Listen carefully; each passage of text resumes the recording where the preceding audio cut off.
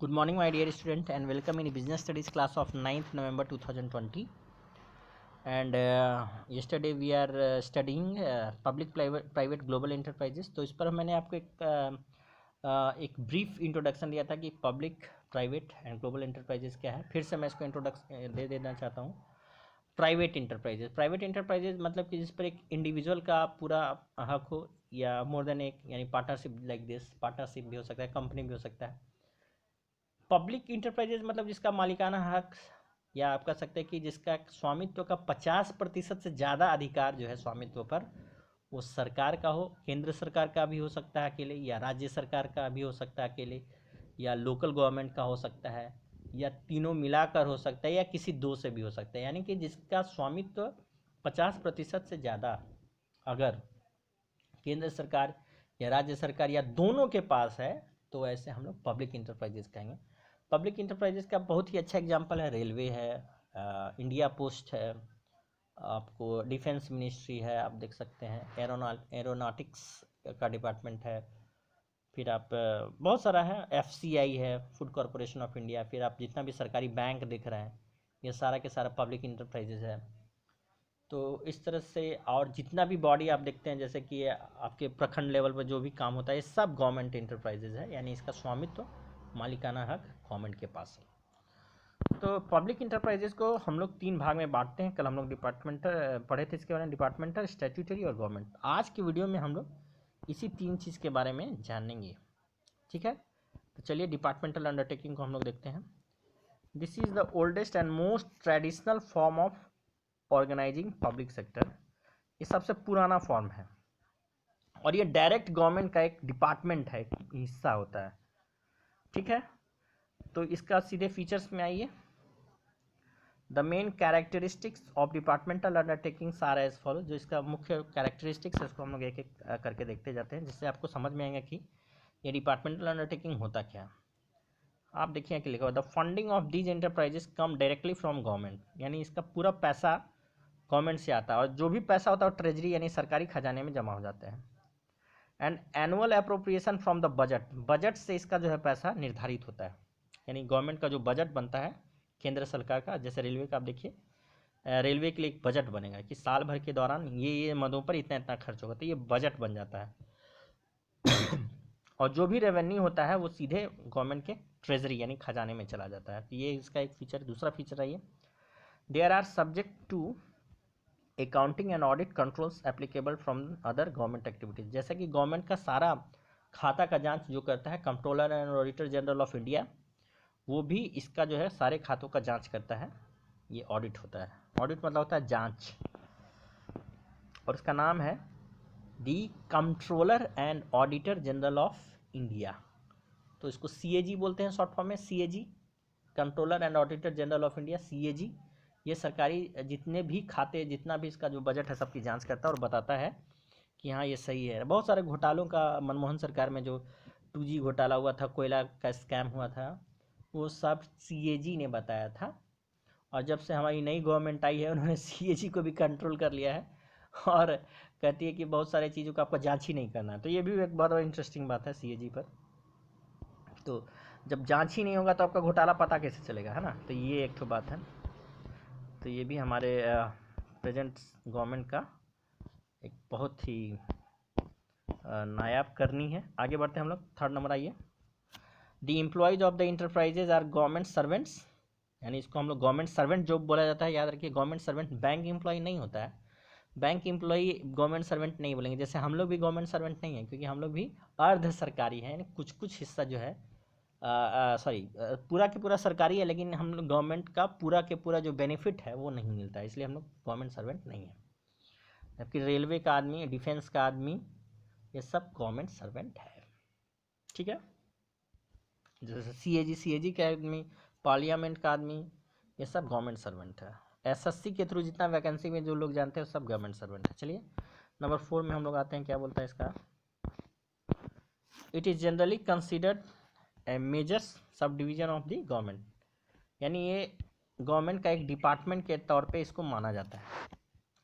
And at last देखिए, they are accountable to the ministry, यानी जितना भी रेलवे मिनिस्ट्री को है, डिफेंस का जितना भी लोग है डिफेंस मिनिस्ट्री को उत्तरदायी है, ठीक है। इंडिया पोस्ट वाला जो है कम्युनिकेशन मिनिस्टर को ही रिपोर्ट करता है। तो इस तरह से जो है ये आपका इसका 5 कैरेक्टरिस्टिक्स है भाई। मेरिट्स मतलब गुण। तो डिपार्टमेंटल अंडरटेकिंग का क्या क्या गुण होता है। नंबर 1 देखिए, these undertakings facilitates the parliament to exercise effective control over its operation, यानी पार्लियामेंट इसका कंट्रोल करता है, एक गुण। दूसरा गुण है these ensure a high degree of public accountability, यानी पब्लिक अकाउंटेबिलिटी यानी पब्लिक के प्रति उत्तरदायित्व का पूरा के पूरा निर्वहन करता है। नंबर 3 आइए, the revenue earn by the enterprise goes directly to the treasury, यानी किसी आदमी के नहीं, सीधे सरकारी खजाने में जमा हो जाएगा। And number 4, where national security concern this form is most suitable, जहाँ तक नेशनल सिक्योरिटी कंसर्न है, जैसे कि आप एटॉमिक ले लीजिए, एटॉमिक एनर्जी या एटॉमिक का यूरेनियम U-35 U-38 का अगर हम लोग प्राइवेट लोगों को इस्तेमाल करने दे दें तो इससे बम बना के कब दुनिया को तबाह कर दिया होता। तो ये पूरा के पूरा गवर्नमेंट कंट्रोल में होना चाहिए। नेक्स्ट आइए लिमिटेशंस, इसका दोष क्या क्या है। तो इसमें फ्लेक्सिबिलिटी नहीं होता है, यानी पहला जो है फेल्स टू प्रोवाइड फ्लेक्सिबिलिटी, यानी इसमें उतार चढ़ाव का कोई चांस नहीं है, जो गवर्नमेंट बोल दिया वही होगा। देन सेकेंड आइए, the employees or heads of departments of such undertakings are not allowed to take independent decision, खुद ये लोग इंडिपेंडेंटली डिसीजन नहीं ले सकता है, इसको सारा चीज़ का रिपोर्ट ऊपर में भेजना पड़ता है, यानी मिनिस्ट्री को भेजना पड़ता है और फिर वहाँ से डिसाइड होकर आता है। काफ़ी लंबा टाइम भी लगता है, ये भी इसका डिमांड है। हाँ, ये बिजनेस अपॉर्चुनिटी का लाभ भी नहीं उठा सकता है। फिर this is red tapism day to day, red tapism का मतलब होता है कि लाल फीताशाही, हिंदी में रेड टैपिज्म को लाल फीताशाही बोलते हैं, यानी अफसरों का चक्कर काटते रहिए, बहुत डिले डिसीजन मेकिंग होता है, ये इसका डिमेरिट्स है ना। झूठ मूठ का इम्प्रॉपरली जो है एक्शन जो है बार बार इधर से उधर होता रहता है। फिर आप देखिए there is a lot of political interference through the ministry, यानी पॉलिटिक्स खूब होता है। And these organisations are usually intensive to customer needs, insensitive to customer needs and do not provide adequate service to them। जैसा कि आप देखिए lockdown period में हुआ, लाखों लोग मजदूर पैदल चले आ रहे थे, लेकिन जब तक मिनिस्ट्री ने नहीं कहा कि ट्रेन चलेगी इसके रूट के बीच में, ये तब तक ये नहीं चला। तो ये भी बड़ा इंसेंसिटिव मैटर है। नेक्स्ट हम लोग जो सेकेंड जाता है, हम लोग का दूसरा जो भाग है इसमें गवर्नमेंट का 3.3 दूसरा भाग जो है वो है स्टैट्यूटरी कॉरपोरेशन।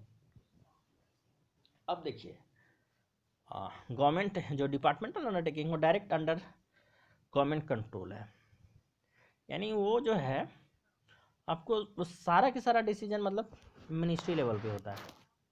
तो उससे थोड़ा सा हल्का इसको ईज करने के लिए थोड़ा सा ऑटोनॉमी यानी स्वतंत्रता लिबर्टी देने के लिए ये वाला ऑर्गेनाइजेशन बना है, इसको हम लोग स्टैट्यूटरी कॉरपोरेशन बोलते हैं। तो हम लोग का जो केंद्रीय विद्यालय संगठन है ये भी एक स्टैट्यूटरी ऑर्गेनाइजेशन है। तो ये स्टैट्यूटरी ऑर्गेनाइजेशन होता क्या, उसको पढ़ते हैं। Statutory corporations are public enterprises, ये भी पब्लिक इंटरप्राइजेज है, remember, brought into existence by special act of parliament, यानी पार्लियामेंट यानी संसद में एक स्पेशल एक्ट, जैसे LIC का एक्ट कानून बना है और उससे उसको अस्तित्व दिया गया है, बनाया। तो LIC भी आपका स्टैट्यूटरी बॉडी है। रूल्स, अब देखिए the act defines the powers, functions, rules and regulations governing its employees and its relations with government departments, government के साथ इसका क्या रिलेशन रहेगा, रूल्स रेगुलेशंस फंक्शन सारा चीज़ जो है कानून में है, एक्ट में। This is a corporate body created by legislature with defined powers and functions and is financially independent. देखिए फाइनेंशियली स्वतंत्रता तो है लेकिन पूरी तरह से नहीं है, थोड़ा बहुत है। Is financially independent with a clear control over its specified area और a particular type of commercial activity, यानी कुछ कॉमर्शियल एक्टिविटी पर इसका डायरेक्ट कंट्रोल है और कुछ पर जो है थ्रू गवर्नमेंट का कंट्रोल होता है। Statutory corporations therefore have the power of the government and considerable amount of operating flexibility of private enterprises, यानी थोड़ी मात्रा में जैसे प्राइवेट ऑर्गेनाइजेशन में हमारा फ्लेक्सिबिलिटी है तो ऑपरेटिंग फ्लेक्सिबिलिटी होता है, वो यहाँ पर भी देखा जाता है। लेकिन प्रेजेंट गवर्नमेंट जो है ऐसा बिल्कुल नहीं है, समाप्त कर दिया पूरा। आरबीआई का फंक्शन देखिए, आरबीआई के हेड थे हमारे रघुराम राजन, और जब से नोटबंदी हुआ उसके बाद से मोदी गवर्नमेंट और उसके बीच में खटपट होने लगा, और उसके बाद से रघुराम राजन को इस्तीफा दे के बाहर जाना पड़ा। उसके बाद जो गवर्नर है वो सीधे गवर्नमेंट को जो कहता है वो करते हैं। तो इसमें ऑपरेशन फ्लेक्सिबिलिटी बुक में है केवल, ये पढ़ते हैं, लेकिन जब डायरेक्ट हम जो प्रैक्टिकल लाइफ में जाते हैं तो हम लोग देखते हैं, जैसे सीबीआई को देख लीजिए आप, ये भी एक स्टैट्यूटरी बॉडी है, लेकिन वो करती क्या है, और उसमें थोड़ा सा फ्लेक्सिबिलिटी है कि वो जांच करेगी, वो अपना से इंडिपेंडेंट करेगी, लेकिन वो भी गवर्नमेंट को हर चीज़ का रिपोर्टिंग करती है और अकॉर्डिंग टू गवर्नमेंट काम करती है, चाहे कांग्रेस का गवर्नमेंट हो चाहे बीजेपी का गवर्नमेंट हो। ठीक है, अभी हाल में ही जो बिडेन जो है यूएस का प्रेसिडेंट बन गया, इससे पहले ट्रंप साहब बोल रहे थे कि नहीं ये फ्रॉड है ये है। तो आप जानते हैं कि गवर्नमेंट का जो एजेंसी होता है कहीं ना कहीं जाके गवर्नमेंट से उसको प्रभावित होना पड़ता है। तो फीचर्स आप देखिए, इसका क्या क्या फीचर्स है हम लोग पढ़ते हैं। देखिए, statutory corporations are set up under the an act of parliament and are govern by provisions of the act. ये इसका एक गुण है, यानी पार्लियामेंट में जो कानून में जो लिखा हुआ विधि सम्मत है, उसी कानून के द्वारा इसके पावर और फंक्शंस प्रिविलेजेस जो है पास होते हैं। ठीक है, this type of organisation is wholly owned by the state, यानी पूरी तरह से राज्य के नियंत्रण में होता है। यहाँ स्टेट का मतलब बिहार और असम का, स्टेट का मतलब कंट्री भी हो गया। The government has the ultimate financial responsibility and has the power to appropriate its profits, at the same time the state has also bear its losses, यानी स्टेट ही इसका प्रॉफिट भी लेती है, स्टेट ही इसका लॉस भी लेती है। ये statutory corporation is body corporate and can sue मतलब केस कर सकता है, can sue and be sued, और इसको हम लोग केस, इस पर भी केस किया जा सकता है। Inter into contract and acquire property on it's on name, यानी खुद अपने नाम पर संपत्ति भी खरीद सकता है। फिर this type of enterprises is usually independently financed, it obtains funds by borrowings from the government and from the public. ये या तो पब्लिक से कर्ज ले सकती है या तो गवर्नमेंट से कर्ज लेती है, यानी फाइनेंशियली पैसा लेती है और अपना काम चलाती है। ठीक है, जैसा उदाहरण है एलआईसी। तो एलआईसी क्या करती है, एलआईसी का शेयर पब्लिक भी खरीद सकता है और उसको गवर्नमेंट भी सपोर्ट करती है। वही हमारे केंद्रीय विद्यालय संगठन है, इसका शेयर पब्लिक नहीं खरीदता है, ये सारा के सारा टोटली गवर्नमेंट का ऑन्ड है। ठीक है, आरबीआई का पूरा मालिकाना गवर्नमेंट के पास है, पब्लिक के पास नहीं, लेकिन पंजाब नेशनल बैंक का कुछ शेयर्स पब्लिक भी खरीद सकता है। ठीक है, तो इस तरह से ये चलता है। फिर statutory corporation is not subject to the same accounting and audit procedures applicable in government department, it is also not concern with central budget of the government, यानी ये सेंट्रल बजट से भी नहीं है, और ना इसका जो सीएजी जैसा भी मैंने बताया सीएजी जांच करती है, ये भी नहीं है, ये इंडिपेंडेंटली अपना खाता जांच करवा सकती है। ठीक है, बहुत से मामले में सीएजी भी करती है। आई मस्ट ये करना कि मैं बता दूं कि बहुत सारे मामला में सीएजी भी करती है इसकी जांच। फिर the employees of these enterprises are not government और civil servants, they are not govern by government rules and regulations. आप देखिए यहाँ लिखा हुआ है कि इसके जो एम्प्लॉय होते हैं वो गवर्नमेंट यानी गवर्नमेंट सर्वेंट नहीं है, और न कि गवर्नमेंट के रूल से चलते हैं, लेकिन उसका भी सैलरी का सारा नियम कानून होता है और वो भी सर्विस ऑफ कॉन्ट्रैक्ट के द्वारा ही रेगुलेट होते हैं, ये भी आप ध्यान दें।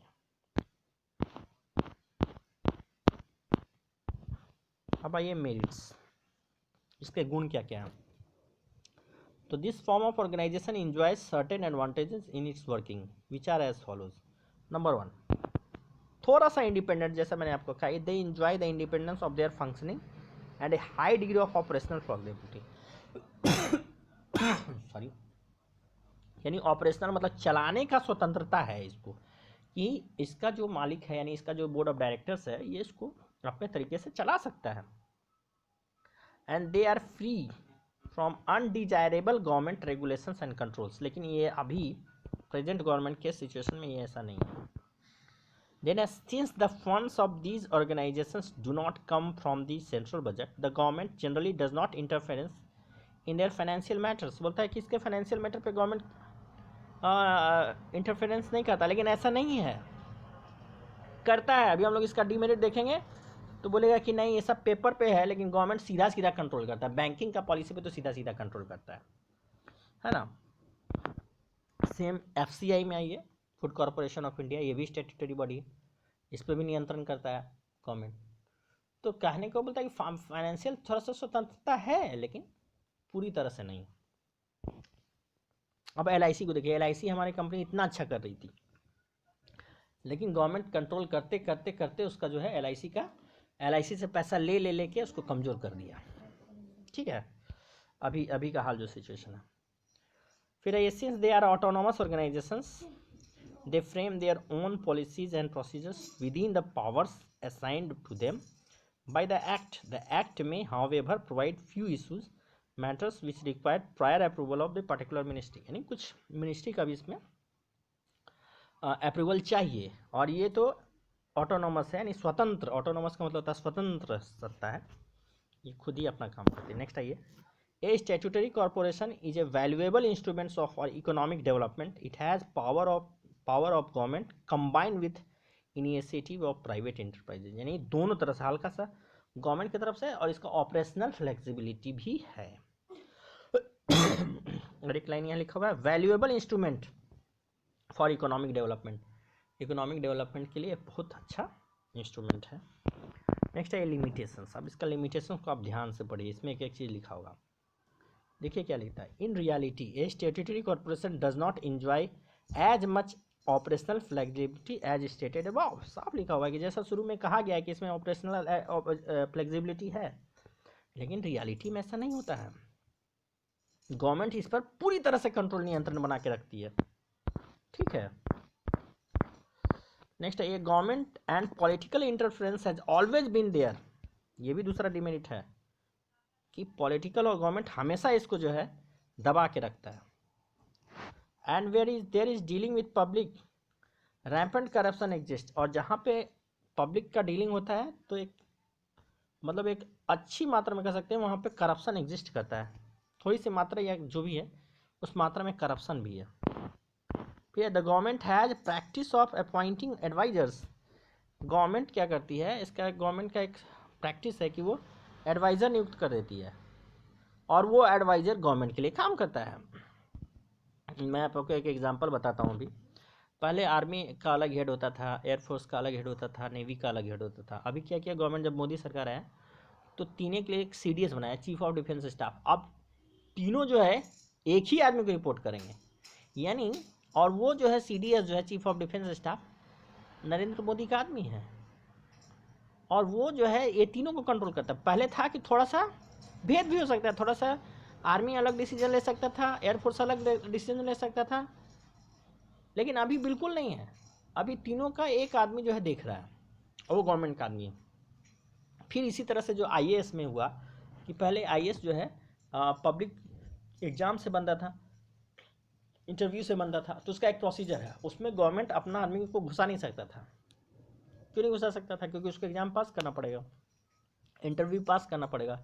और IAS का एग्ज़ाम पास करना, इंटरव्यू पास करना कोई बच्चों का खेल तो है नहीं, उसके लिए पढ़ाई करनी पड़ेगा। जब तक आप पढ़िएगा नहीं, यानी पॉसिबल नहीं, यानी गवर्नमेंट अपना आदमी को IAS नहीं बना सकती। तो क्या किया उसने, तो उसने एक एडवाइज़र, जैसा इसमें लिखा हुआ है कि उसका एक प्रैक्टिस होता है, तो उसने ऐसे कुछ अपने लोगों को भी नियम कानून में चेंज करके वो IAS बनाने लगा कि हाँ हम अपने लोगों को बहुत कम मात्रा में बनाएंगे, लेकिन बनाएंगे।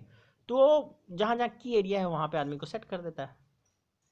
तो ये कहने का मतलब ये है कि स्टैट्यूटरी बॉडी में थोड़ा सा ऑपरेशनल फ्लेक्सिबिलिटी है, परंतु इसके डीमेरिट अगर पढ़िएगा ध्यान से, जो कि वास्तव में एक्चुअल में प्रैक्टिस होता है, तो पाइएगा कि इसमें कोई भी फ्लेक्सिबिलिटी नहीं है। ये भी एक गवर्नमेंट का ऑर्गेनाइजेशन बन के रह गया है।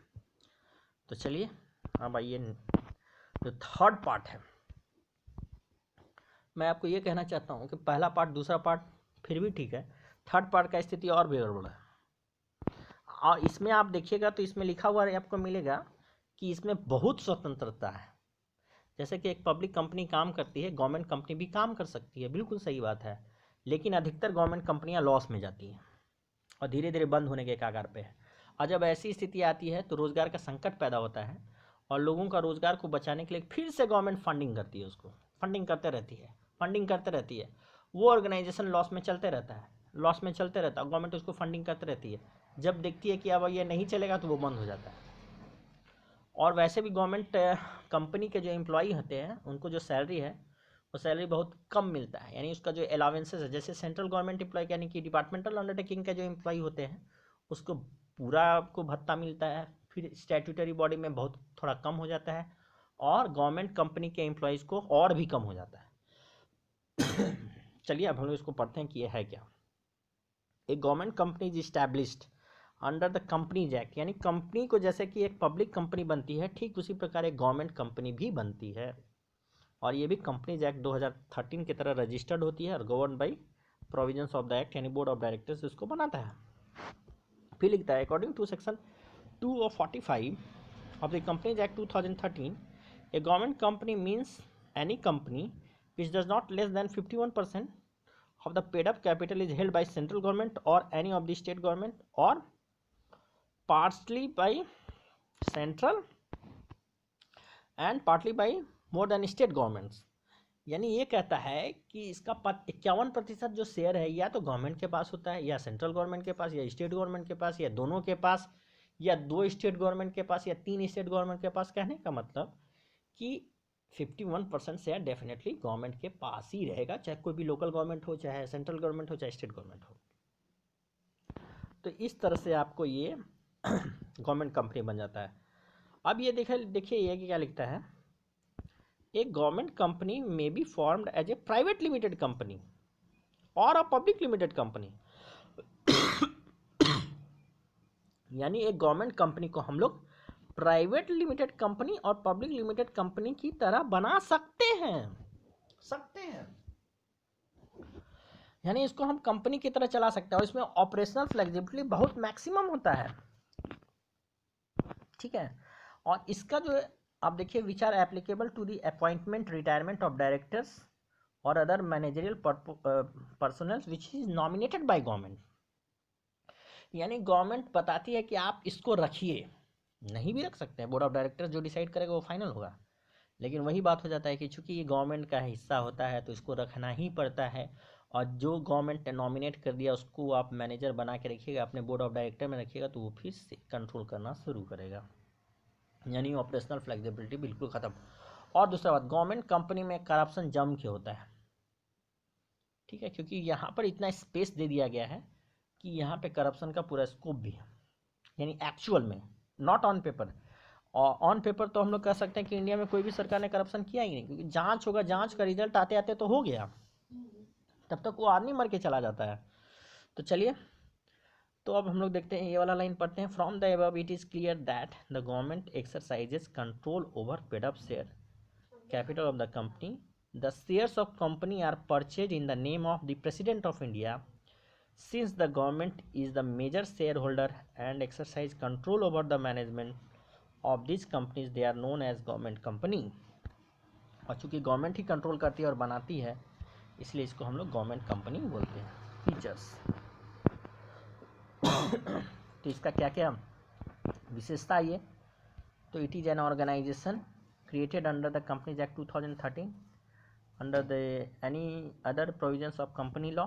दूसरा है कि इसको हम लोग इसके नाम से सूट यानी केस कर सकते हैं, ये भी किसी को केस कर सकता है, इस पर भी केस हो सकता है।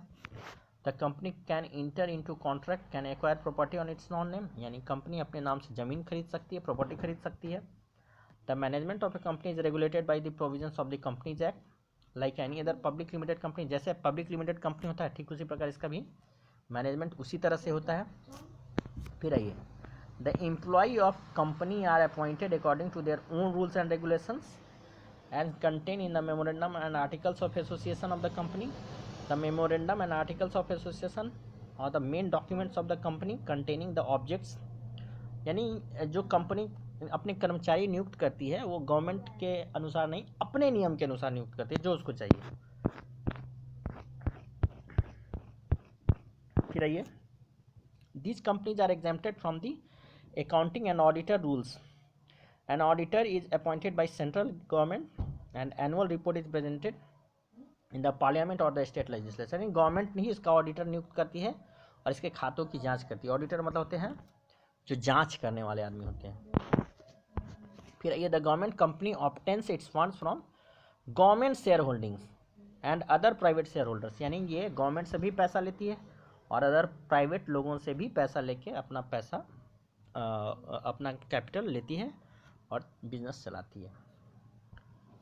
कैपिटल मार्केट यानी शेयर मार्केट से भी ये पैसा ले सकता है। मेरिट सही है।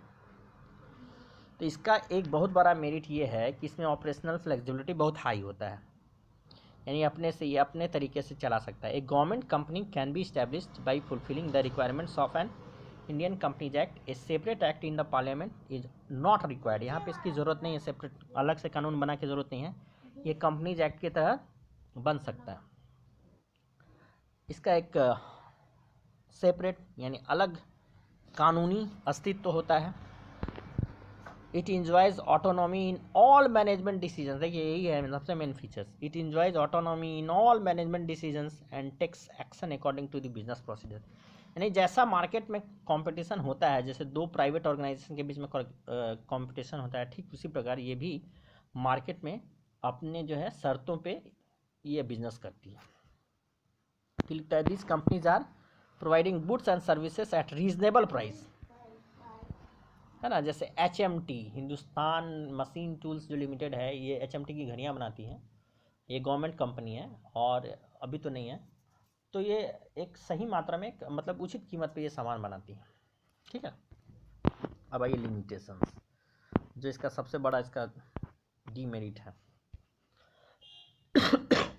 देखिए क्या लिखता है, despite the autonomy given to these companies, यानी स्वतंत्रता देने के बावजूद दे हैव सर्टेन डिसएडवांटेज, इसका जो है डिसएडवांटेज भी है। Number 1, since the government is the only shareholder in some of the companies the provisions of the companies act does not have much relevance, यानी पूरा के पूरा पैसा अगर गवर्नमेंट से मिल जाता है कुछ कुछ कंपनी में, तो इसका कोई मतलब ही नहीं कि कंपनीज एक्ट में है, ये फिर से आपका नंबर 2 बन गया, यानी स्टैट्यूटरी कॉर्पोरेशन की तरह काम करेगा, जो मैंने आपको बोला जो जनरली होता है। It evades constitutional responsibility which a company financed by the government should have, यानी जो गवर्नमेंट का जो गवर्नमेंट के द्वारा जो फंडिंग होती है, जो इसका रिस्पॉन्सिबिलिटी है, उससे भाग जाती है। और it is not answerable directly to the parliament, और ये पार्लियामेंट को भी डायरेक्टली आंसरेबल नहीं है, तो ये वहाँ से भाग भी सकती है उस अपने उत्तरदायित्व से।